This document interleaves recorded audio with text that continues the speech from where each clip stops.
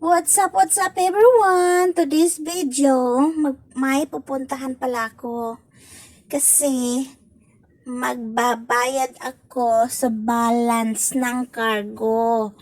May pinakargo kasi si Happy, tapos hindi pa siya na fully paid. So ngayong araw, babayaran ko yung balance niya. Pira niya to. Never yan siya nagano sa akin na ako magano. Pira niya ang ibabayad sa cargo.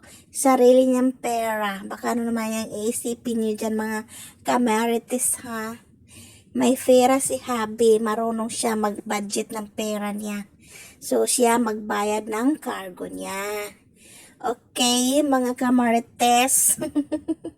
alam niyo naman yung mga ano, di porke noipi yung syota mo sa ibang bansa, sasabihin nyo naman na baka pinagpirahan ka lang. Uy, hindi lahat ng Pinoy ganun. Okay? Wag nyo siyang itulad sa inyong mga makikitid ang mga otak. So, ayun. Balik naman tayo dito sa dito na side. Papunta ako doon kasi maghintay ako ng bus. Doon ang paradahan ng bus or doon ang bus stop. Bus kasi ako papunta doon kasi mura lang ang pamasahe. Saka na lang ako mag-taxi kung may dala ako kasi magbili ako ng dagdag sa cargo. So ito, patawid na ako guys. Alam nyo guys, dati takot talaga ako magtawid mag-isa. Yan ang weakness ko. Pero nung tinatry kong mag-isa magtawid para naman ma-experience ko, okay naman, nasanay na ako mag-isa. At saka yung magsakay ng bus mag-isa, sanay na rin ako. Dati takot talaga ako magsakay ng bus at saka magtawid mag-isa. Pero napaisip ko bakit hindi ko subukang magsakay ng bus mag-isa at saka magtawid mag-isa para matuto. Kailangan kong matuto mag-isa. So, ayun na guys. Nakasakay na ako ng bus at saka nakababa na rin.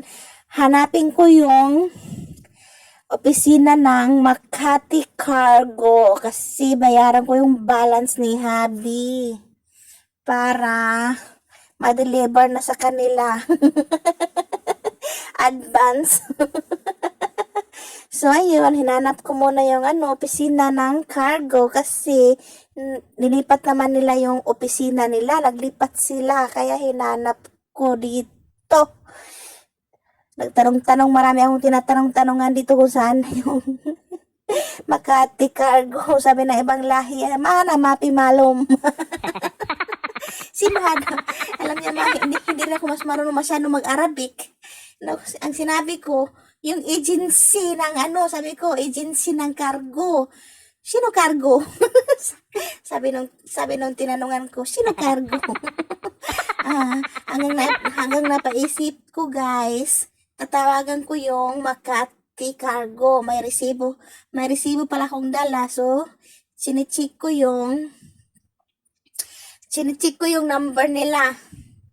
So, dito na side, hinahanap ko yung opisina ng cargo na mali pala na building ang pinasukan ko. Kaya dito yung ibang lahi ang tinatanungan ko. Sabi sa akin, sino cargo?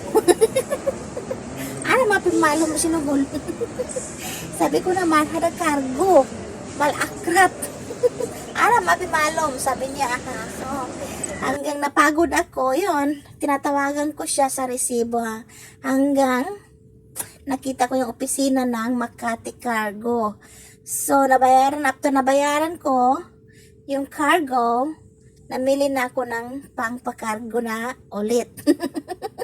Diba? Magic. So, yan ang nabili ko guys, pagdagdag sa cargo para makuha na yung karton ko. Yung binabayaran ko kanina, sa BIP ko yon kasi nagpadala siya ng pinakargo niya, so may balance. So, pinupulipid ko na ngayong araw. Yan ang dagdag ko sa cargo guys. So, this Friday, makukuha na yung cargo ko para makarating naman doon sa amin bago magpasko. Siyempre, para matuwa naman yung mga magulang ko, mga papa, mga kapatid ko, mga pamangkin ko. Hanggang dito lang guys. Thanks!